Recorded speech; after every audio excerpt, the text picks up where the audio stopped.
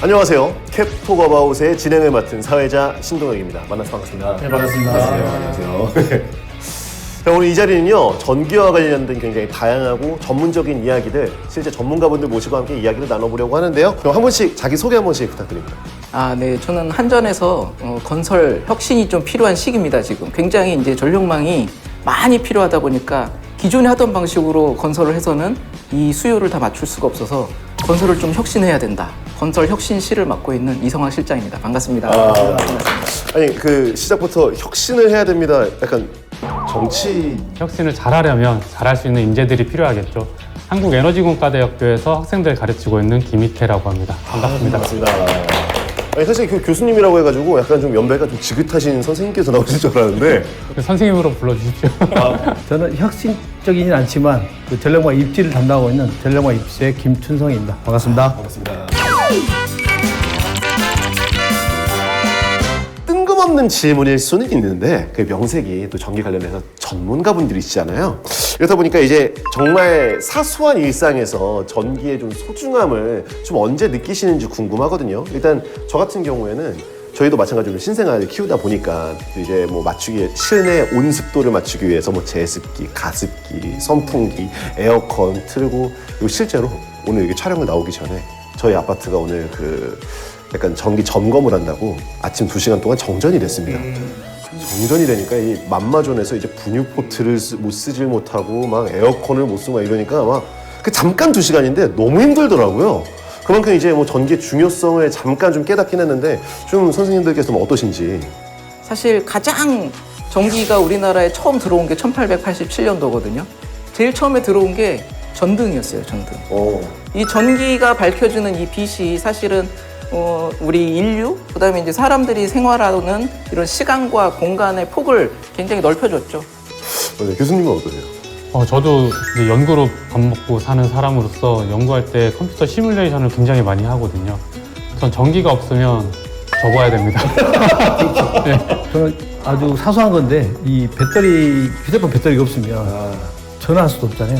근데 중간에 보조 배터리도 없고 충전할 콘센트도 없을 때 멘붕 오잖아요. 특히나 배터리가 5% 안 남아가지고 폐기가 안 될 경우 그때는 황당합니다. 이래서 전기가 꼭 있어야 되는구나. 그런 피부로 느끼고 있습니다. 뭐 결제 수단 자체도 아예 또 막혀버리는 이런 시대에 살다 보니까. 그리고 사실 요즘 또 이제 굉장히 이슈가 되고 유행이 되고 있는 것 중에서 챗GPT가 있습니다. 뭐 챗GPT로 뭐 지브리풍으로 그림을 그려줘라던가 혹은 이제 뭐 음성 대화처럼 저도 이제 한번 해봤는데 이 챗GPT 또한 전기가 필요한 거 아닙니까? 그렇죠.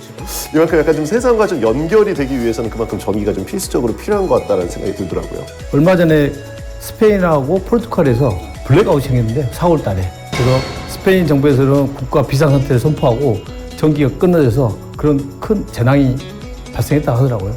올해 4월 달에. 사실 저희 어렸을 때 생각만 하더라도 가끔 한 번씩 이제 정전이 나고 이제 뭐 그런 적은 있었습니다만 아예 올해 지금 2025년임에도 불구하고 지금 이제 아예 국가 자체가 블랙아웃이 나오면서 뭐 재난 사태까지 일어나는 게 거의 아포칼립스 수준이 아닌가 약간 이런 생각까지도 드는데 진짜 전기가 통하지 않는 세상이 그만큼 정말 상상도 할 수 없을 만큼 좀 이제 힘든 상황이 되는 게 아닌가라는 생각이 듭니다. 자, 그럼 이제 오늘의 주제인 전력망에 대해서 좀 이야기를 해볼까 하는데 사실 전력망 얘기만 들으면 뭐 전력망? 뭐 인터넷망 비슷한 건가 싶은데 전력망이 뭡니까? 전기를 만드는 주체가 있고 쓰는 사람이 따로 있습니다. 그렇죠. 그러다 보니까 만드는 사람하고 쓰는 사람하고 연결해 주는 게 전력망이다. 이렇게 쉽게 생각을 하시면 될 것 같아요. 만드는 놈 따로 있고 쓰는 놈 따로 있는데 그들을 연결해 주는 게 전력망이다. 그렇죠.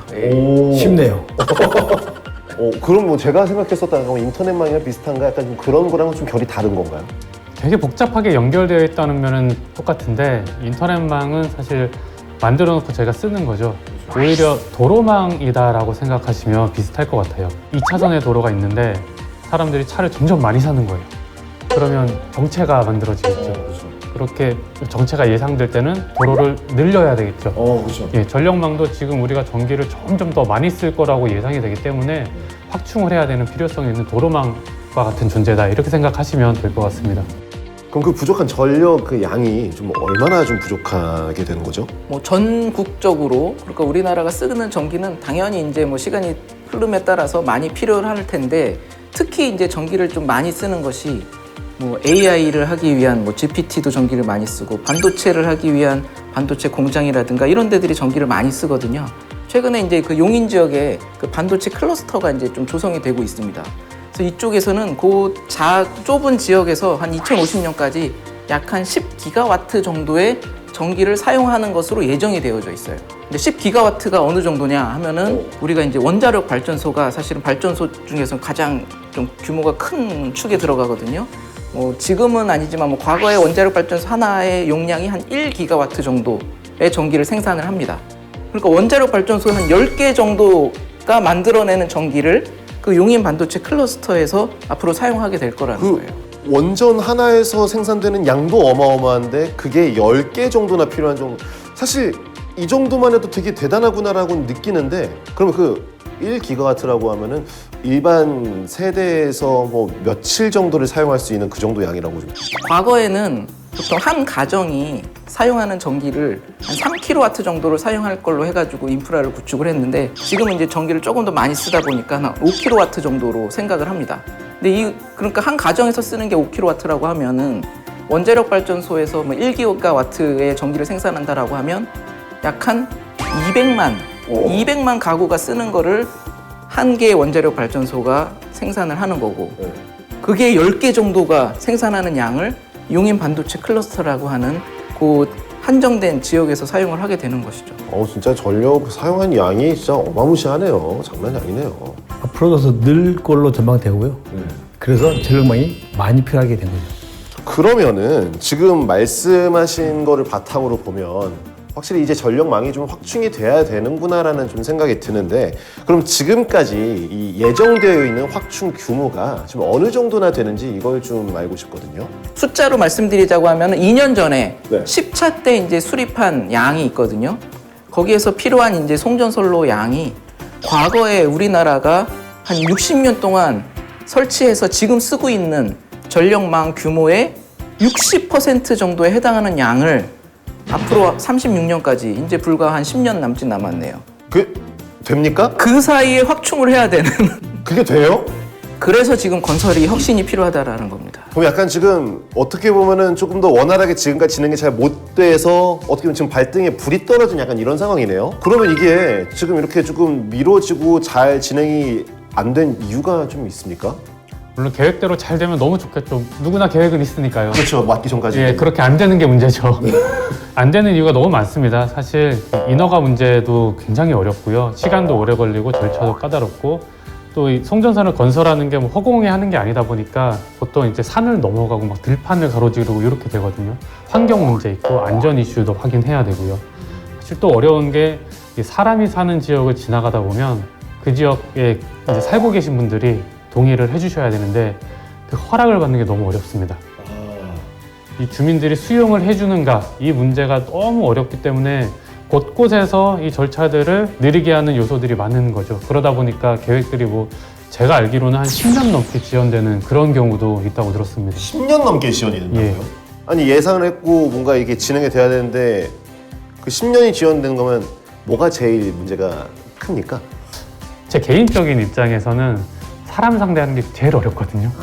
저는 동의합니다. 주민들 설득하는 게 너무 어렵지 않을까 그런 생각이 듭니다. 부장님 지금까지 계속 조용히 계시다가 또 이제 이재민 얘기 나오다가 저도 동의합니다. 이게 제가 경험한 걸 바탕으로 하면 네. 주민 수용성이라는 게 갈수록 주민 눈높이가 높아지잖아요. 거의 한전에 따라가지 못할 수준에. 그러다 보니까 점점 어려워지고 있고 주민들 동의하기가 쉽지 않죠.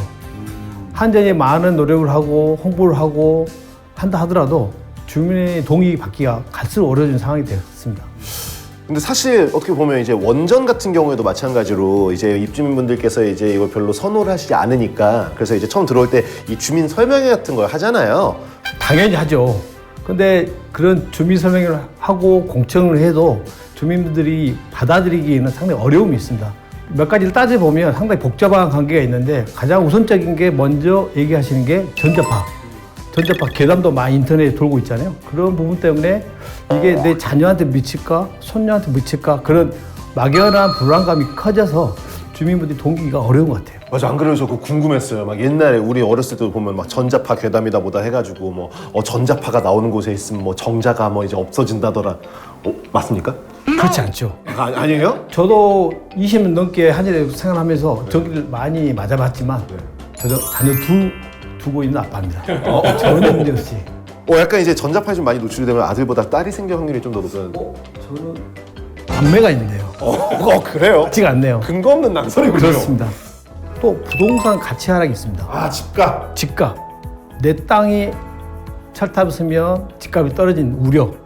물론 이제 이런 부분은 송전설로의 전자파가 발생하다 보니까 그게 당연하게 따라온 수순으로 집값까지 떨어지는 부분이죠. 그러다 보니까 사람들이 당연히 반대를 하죠. 내 집 앞에 쓰는데 집값이 떨어지는데 동의하겠냐? 그렇게 된 거죠. 또한 그 주민분이 싫어하는 게 미관 훼손이 된다. 미관. 보기 싫다. 그런 얘기를 많이 하시거든요. 보면 아파트 같은 큰 높이의 철탑하고 각 철탑에 있는 전선이 있다 보니까 그런 구조물이 내 집 앞에 마을 앞에 있다 보니까 반대하는 경우가 많죠. 근데 사실 요즘 신도시랑 옛날 동네랑 이제 보면 요즘 신도시는 그래도 이제 다 그 매립으로 이제 노니까 좀 깔끔해 보이잖아요. 저희가 도심 지역이나 인구 밀집 지역 같은 경우는 제한적으로 지중화해서 땅으로 묻습니다. 그래서 보이진 않지만 민가에 멀리 떨어진 부분이나 산악지의 경우는 철탑으로 하기 때문에 좀 보이는 부분이 있고 제가 그런 부분을 좀 미려하기 위해서 환경 친화 철탑이나 구조물을 설치해서 좀 보기 좋게 지금 설치하고 있는 상태입니다. 지금 그렇게 이제 약간 환경적으로 좀 보기 좋아 보이는 그런 철탑이 지금 예시가 있는 게 있나요? 그렇죠. 서해대교 횡단하고 있는 철탑도 당진 쪽에 있는데 조명도 설치해두고 되게 관광 명소 될 수 있는 그런 포인트가 될 것 같은 생각이 듭니다. 그래도 이제 거기 살고 있는 이 주민 입장에서는 아무래도 신경이 쓰이는 부분들이 또 없지가 않다 보니까 참 한전에서도 애로사항이 많을 것 같다라는 생각이 그렇죠. 듭니다. 아무래도 제가 이런 인프라를 구축을 해야 되는데 그런 주민분이나 국민 여러분의 그 동의가 필요한데 그런 동의를 얻기가 상당히 어려운 진퇴양난의 상태에 빠져 있죠. 그럼에도 불구하고 이런 필요한 전력망은 꼭 구축해야 되고 그래야만 우리 망이 튼튼해진 그런 결과가 되겠습니다. 지금 우리나라도 이제 AI 이야기하고 있고요. 반도체 이야기하고 있고 배터리 산업. 요즘 시대에 우리 그 국가를 먹여 살리는 산업들은 특징이 한 가지가 있습니다. 먹성이 너무 좋아요. 먹성. 예. 전기를 먹습니다. 전기를? 예, 전기를 엄청 많이 쓰는 산업들이 지금 시대를 주도하고 있습니다. AI 산업, 데이터 센터, 반도체 다 그렇죠. 그래서 우리나라가 이제 다음 단계로 넘어가서 성장하려면 지금 전력망을 그 확충해서 늘리는 게 사실 굉장히 중요하다고 할 수 있습니다. 이게 그럼 우리나라뿐만이 아니라 뭐 전 세계적으로도 그럼 이런 부분들이 좀 필요한 요소기도 하겠네요.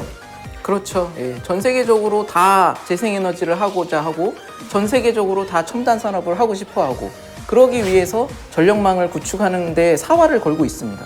그래서 우리나라도 지금 이제 지난 3월 달에 전력망 특별법이 이제 제정이 돼서 공포가 됐거든요. 전력망 특별법은 2023년 10월 21대 국회에서 처음 발의가 됐었습니다. 그런데 워낙에 이제 짧은 기간 안에 많은 이제 전력망을 구축을 해야 되다 보니까 지금 한전의 역량이 좀 부족하지 않아? 그래서 민간도 조금 더 역할을 확대할 필요가 있겠다 싶어서 그런 내용이 이제 좀 특별법에 담겼었거든요.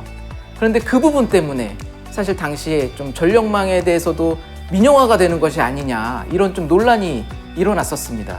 그런 이유로 해가지고 전력망 특별법의 제정이 조금 늦어졌고요. 그래서 이제 22대 국회가 개원이 되면서 저희가 그간의 전력망 확충이 지연되고 있었던 여러 가지 문제들을 해소할 수 있는 내용들을 하나하나 담아서 의원님들께 제공을 했고 의원님들이 그런 법안을 다 발의를 해주셨기 때문에 그런 특별법이 만들어지게 된 거죠.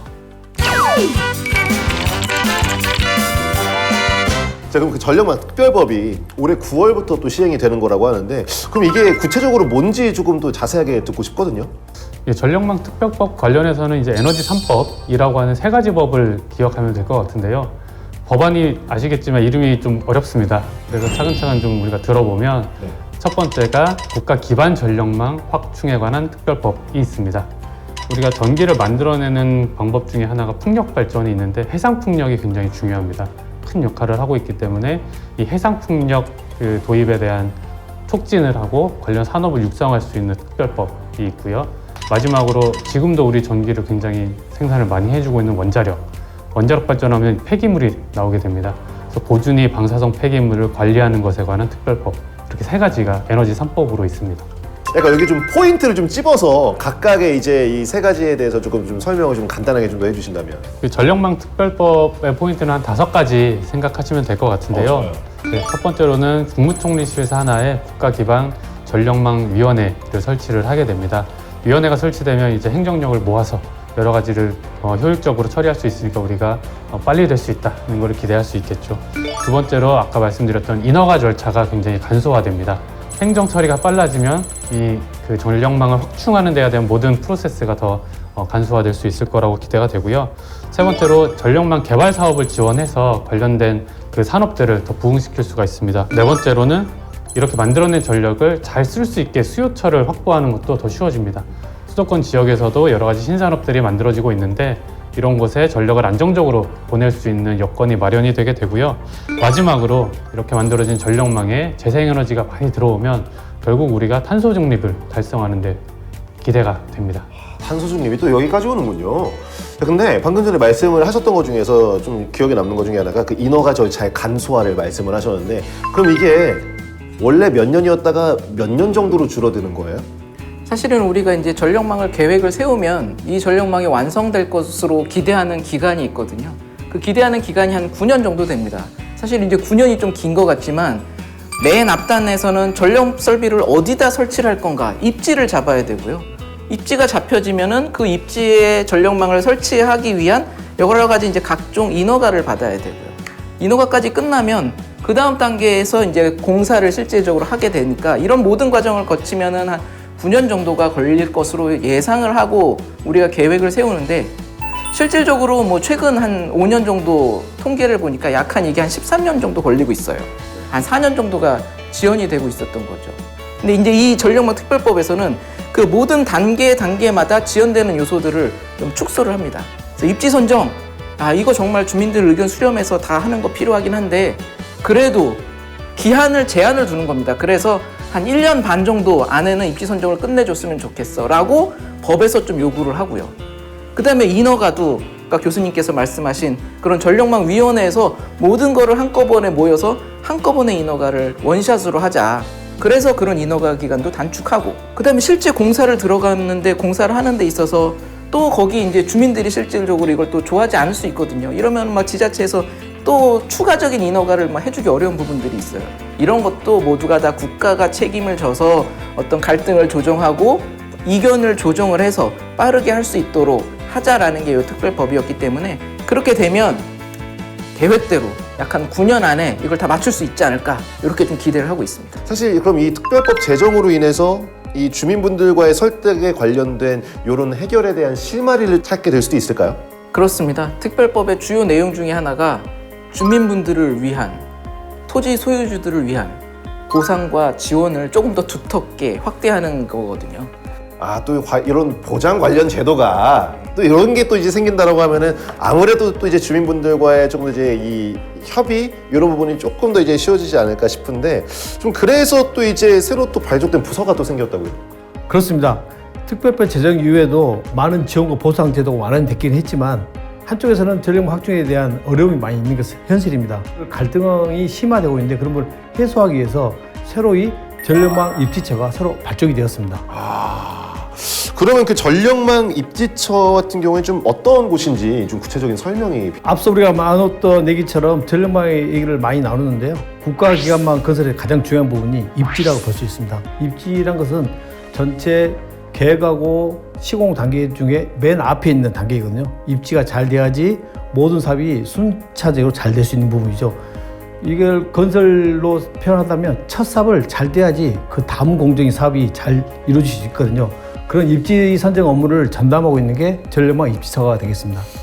약간 어떻게 보면 약간 좀 분쟁 조정소? 약간 이제 그런 느낌으로 볼 수가 있는 건가요? 그렇죠.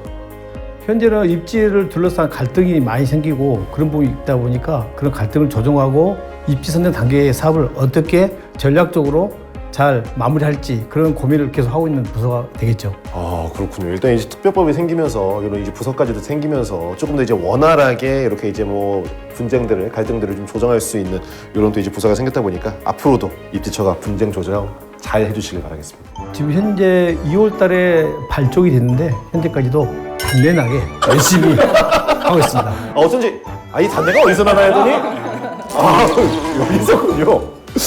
자, 그럼 일단 오늘 이렇게 또 전력망 특별법에 대해서 쭉 얘기를 나누고 있는데 사실 이 특별법 제정이라는 게 이게 제정이 됐으니까 땅땅땅 끝 이게 아니라 좀 어떻게 보면 이제 비로소 시작하기 위한 아까 말씀하셨듯이 첫 삽을 이제 또 뜬 거잖아요. 그럼 이제 앞으로 좀 어떻게 나아가야 된다라고 좀 보시는지. 말씀하신 대로 이제 정말 대단한 첫 삽을 뜬 것 같습니다. 지금부터가 또 중요한 것 같은데요. 모두가 다 잘해야 될 텐데 먼저 정부가 아직도 해야 될 역할이 많은 것 같습니다. 위원회를 만들고 이제 모두가 모여서 빠르게 일을 처리할 수 있는 시스템을 만들었지만 사실 서로 다른 부처에서 관련자들이 모이면 또 갈등이 있을 수 있거든요. 또 갈등을 해결할 수 있는 기구도 만들어야 될 것 같고 위원회 중심으로 그 기구가 잘 돌아갈 수 있도록 정부의 역할이 굉장히 중요하고요. 또 학계에서도 이제 저도 마찬가지로 열심히 해야 될 부분이 결국엔 기술을 들여와서 주민들이 받아들일 수 있게 전력망을 확충해야 되는 부분은 단지 설명한다고 끝나는 게 아닌 것 같습니다. 설명을 어떻게 해야 하는가, 소통을 어떻게 해야 하는가 이런 커뮤니케이션도 굉장히 중요하거든요. 그래서 우리가 어떻게 다가가야 되는지에 대한 연구, 노력도 있어야 될 것 같고요. 마지막으로 또 산업계에서도 좀 노력을 해야 될 부분이 또 기대되는 부분이 있는데 자체 생산 능력을 좀 키워야 할 것 같습니다. 전력망이 확충이 될 때 다 수입해서 하면 또 좀 아쉽잖아요. 그래서 우리가 우리 기술로 전력망을 키울 수 있는 그런 방법도 고민해봐야 되고 특히 이 전력시설은 어떤 지역에 들어가게 됩니다.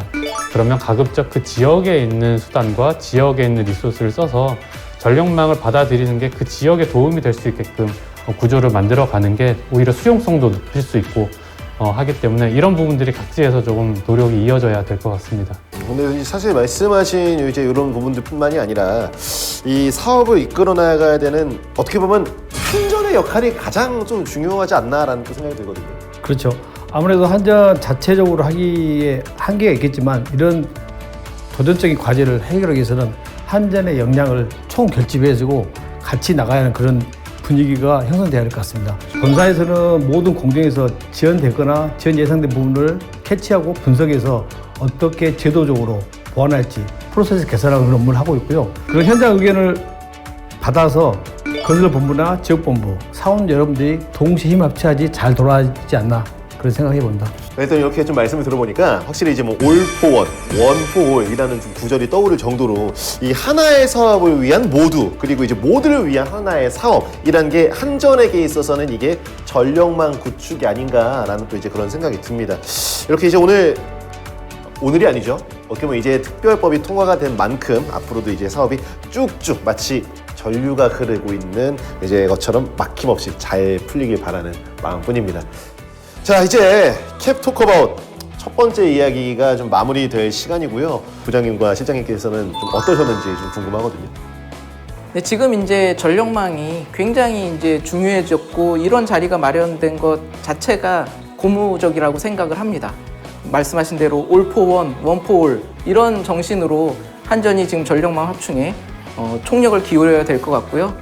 과거에 우리나라가 이렇게 경제 발전을 이루는 과정 중에 한전이 그 전력을 안정적으로 공급하는 역할을 충실하고 훌륭하게 해왔던 것처럼 앞으로 미래에 필요한 전기도 안정적으로 공급할 수 있도록 최선을 다하도록 하겠습니다. 네, 교수님은? 네, 저도 전력망을 연구하는 사람으로서 오늘 전력망 이야기를 많이 나눌 수 있어서 너무 즐거웠고요. 무엇보다 제가 연구를 할 때는 전력망에서 송전선 하나를 여기도 놔보고 저기도 놔보고 하면서 안정성이 어떻게 달라지나 하는 것들을 시뮬레이션 하는데 그거 하나 놓는 게 이렇게나 어렵고 그거 하나 놔주려고 이렇게 많은 분들이 고생하신다는 거 오늘 알게 돼서 정말 감사했습니다. 그 쉽지 않은 걸 우리가 하고 있습니다.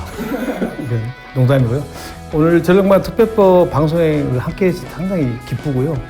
무엇보다 다양한 의견과 다양한 시각에서 어떤 게 필요한지 법안 필요성에 대해서 왜 필요한지 그걸 많은 공감할 수 있는 좋은 기회였던 것 같습니다. 앞으로 우리 국민분이나 사후 여러분들도 전력 확충에 뭐가 필요한지 관심과 응원을 좀 바라겠습니다. 네.